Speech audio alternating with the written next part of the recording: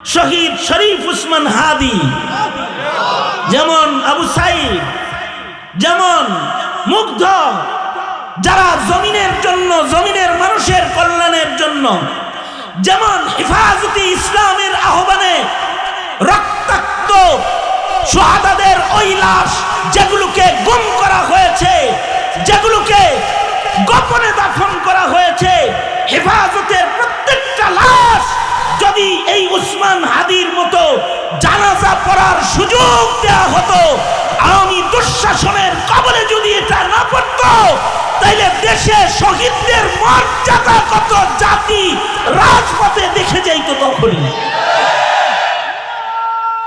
কিন্তু ফ্যাসিস্টের অত্যাচারে আমরা আমাদের শহীদদের জানাজা পড়তে পারি না। জানাজা পড়া তো দূরের কথা, কোন বাবা কথা বলতে পারে নাই যে আমার সন্তান শাপলায় শহীদ হয়েছে। অথচ শহীদ যারা একমাত্র মাইয়িত, তারা যারা জিন্দা মাইয়িত, দুনিয়াতে সবাই মরে, দুনিয়াতে নবী মরে, মরেছে, দুনিয়াতে সিদ্দিক মরেছে, দুনিয়াতে আলেম মরেছে, মুজতাহিদ মরেছে, মুহাদ্দিস মরেছে, মুফাসসির মরেছে, তাহাজ্জুদ গুজার মানুষ মরেছে। কিন্তু আল্লাহ বলে একদল মানুষ দুনিয়াতে মরে নাই, মরে না, মরবে না, তাদের মৃত বলা যাবে না, তাদের মৃত মনে করাও যাবে না। ওই দলটা হলো নবী সিদ্দিকদের ভেতরেও যারা শহীদ, শহীদদের মরণ নাই। ওয়ালা তাহসাবান্নাল্লাযীনা কুতিলু ফী সাবিলিল্লাহ, ওয়ালা তাহসাবান্নাল্লাযীনা কুতিলু ফী সাবিলিল্লাহি আমওয়াতা বাল আহইয়াউন ইনদা রাব্বিহিম ইউরযাকুন। জীবিতর খানার দরকার হয়, এক ধরনের মাইয়িতরে কবরে যাওয়ার সাথে সাথে খানা পিনা মেহমানদারি করার জিম্মাদার আল্লাহ নিজে হয়ে যায়। হযরত হুসাইন মৃত্যুর আগে স্বপ্নে দেখেছে খানার দস্তরখান রেডি হইতেছে, আর দস্তরখানে বসা আছে সাইয়্যিদুল মুরসালিন মুহাম্মাদুর রাসূলুল্লাহ সাল্লাল্লাহু আলাইহি ওয়াসাল্লাম। বাল আহইয়াউন ইনদা রাব্বিহিম ইউরযাকুন। ওয়ালা তাকুলু লিমান ইউকতালু ফি সাবিলিল্লাহি আমওয়াত, ওয়ালা তাকুলু লিমান ইউকতালু ফি সাবিলিল্লাহি আমওয়াত বাল আহইয়াউন ওয়ালাকিন লা তাশউরুন। আল্লাহ পাক বলে দুনিয়াতে সবাই মরে, কিন্তু একদল মরে না, তারা হলো শুহাদা। শহীদদের মরণ নাই, শহীদরা জিন্দা। ঘোষণা কার? শহীদদের মরা যায় না, ঘোষণা কার? শহীদদের এমনি তো মনেও করা যায় না, ঘোষণা আল্লাহ। এ কারণে পৃথিবীর পয়গম্বররা পর্যন্ত সবাই শাহাদাতের তামান্না করেছে। আমাদের নবীজি তামান্না করেছে বারবার যেন উনি শহীদ হন। সুম্মা উহিয়া সুম্মা উকতাল, সুম্মা উহিয়া সুম্মা উকতাল, সুম্মা উহিয়া সুম্মা উকতাল। আল্লাহর কাছে আরজু করেছেন যদি বারবার শহীদ হইতে পারতাম, কারণ শহীদরা মরে না, ওরা অমর, ওরা অমর হয়ে যায়, ওরা জিন্দা। এ কারণে এই শাহাদাতের মওত নবীজি নিজে কামনা করতেন আর বলতেন আল্লাহুম্মা রযুকনি শাহাদাতান ফি সাবিলিক ওগো আল্লাহ, আমারে তুমি একটা শাহাদাতের মওত দান করো আল্লাহ। ওগো আল্লাহ, আমাকে আইশুস সুআদা ওয়াস শুহাদা যেটা সেটা আমাকে দান করো। কারণ শহীদরা আল্লাহর মেহমান, বরজখ থেকেই তারা আল্লাহ পাকের মেহমান। শহীদরা কারোর মুহতাজ না, এ কারণে শহীদদের গোসলেরও দরকার নেই। শহীদরা কাপড়ের মুহতাজ না, ওদের কাপড় পাল্টানোর দরকার নেই, কারণ তাদের রক্ত দামি, কাপড় দামি। তাদের এর রক্তমাখা কাপড়গুলা ময়দানে মাহশারে কথা বলবি। বামাহশার গার খুদা পুরসাদ বগুয়ম দর জবাবে উ শহীদে খঞ্জরে ইশকা জবাবে উ কফনদারাদ। সুহাদা, এ কারণে মানব জীবনের একটা বড় গুরুত্বপূর্ণ দোয়া হলো, আল্লাহ শহীদ হইতে চাই, আমাকে শহীদ করে সেই মিছিলে শামিল করে নিও। যেই মিছিলের নেতা আমির হামজা, যেই মিছিলের নেতা আমির হামজা, খুবাইব খাবাব খোদার ছিল যারা অতি প্রিয়, শামিল করে নিও। আমাকে শহীদ করে সেই মিছিলে শামিল করে নিও। যেই মিছিলের নেতা আমির হামজা, খুবাইব খাবাব খোদার ছিল যারা অতি প্রিয়,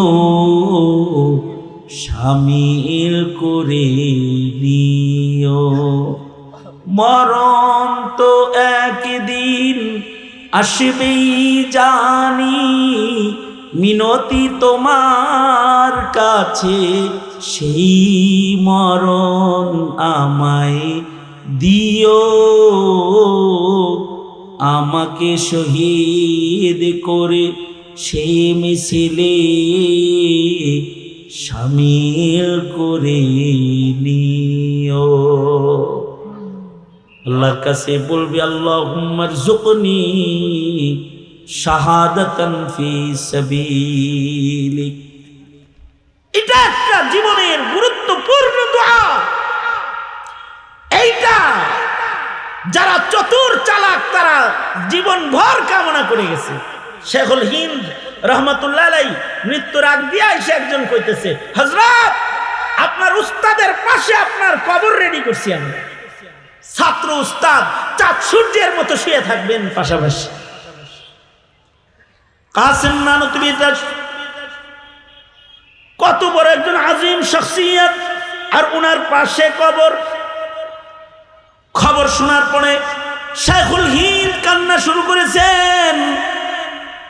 সবাই বলে, শেখুল হিন্দ কান্দেন কেন? আপনি কি নিজের উস্তাদের পায়ের কাছে জায়গা পায় খুশি না? আরে জমানা যেমন সাহাবীদের জমানায় নবীর পাশে আবু বকর জায়গা পায় যেমন খুশি, নবীজির কদমের কাছে উমর জায়গা পায় যেমন খুশি, হুজ্জাতুল ইসলাম কাসেম নানতুবির কবরের পাশে জায়গা পায় তো তার শাগরেদরা এরকম খুশি।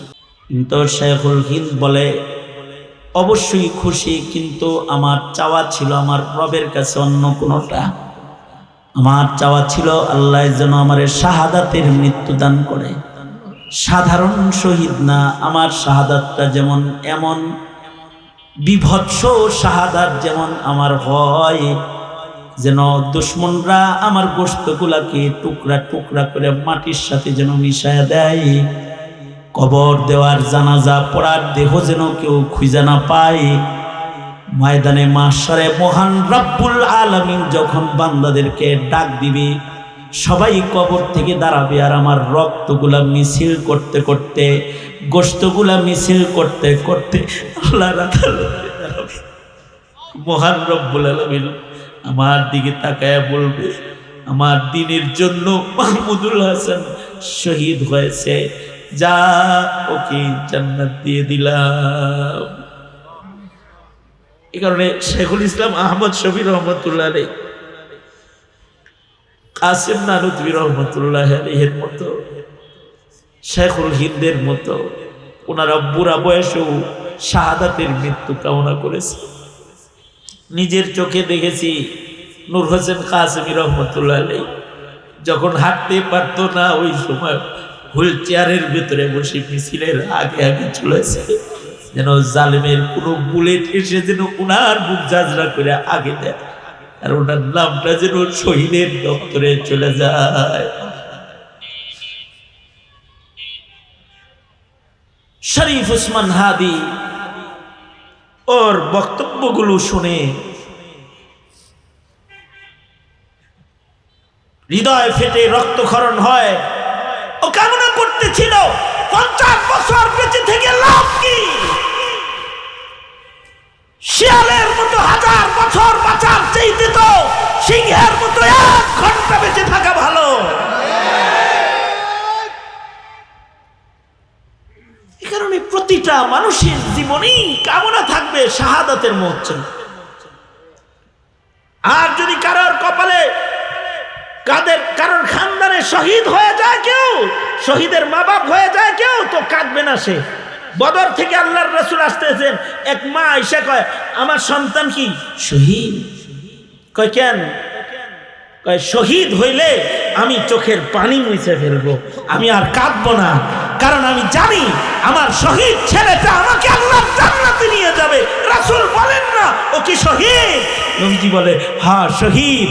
মায়ে কয় এই যে চোখের পানি মুছলাম, আর কাঁদবো না, কারণ আমার ছেলে আমাকে জান্নাতে নিয়ে যাবে। খানদানের ভেতরে শহীদ চাওয়া, আলেম চাওয়া, খানদানের ভেতরে উসমান হাদি চাওয়া, খানদানের ভেতরে আসাদ নূর আর খুনি সন্ত্রাসী নাস্তিক মুরতাদ বেঈমান জন্ম না হয়, আল্লাহর কাছে এগুলো কামনা করা।